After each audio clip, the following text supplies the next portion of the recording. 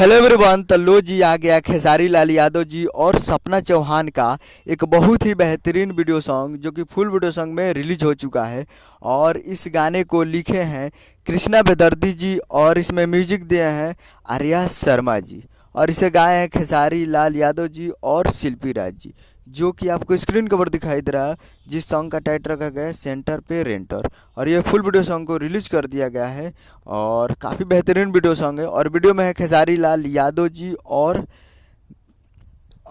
सपना चौहान जी, तो फिट में है सपना चौहान जी। तो ये फुल वीडियो सॉन्ग आज वीडियो सॉन्ग रिलीज इन 9 जून सुबह 6:30 AM पे फुल वीडियो सॉन्ग आ चुका है। और काफ़ी बेहतरीन वीडियो सॉन्ग है और काफ़ी ज़बरदस्त।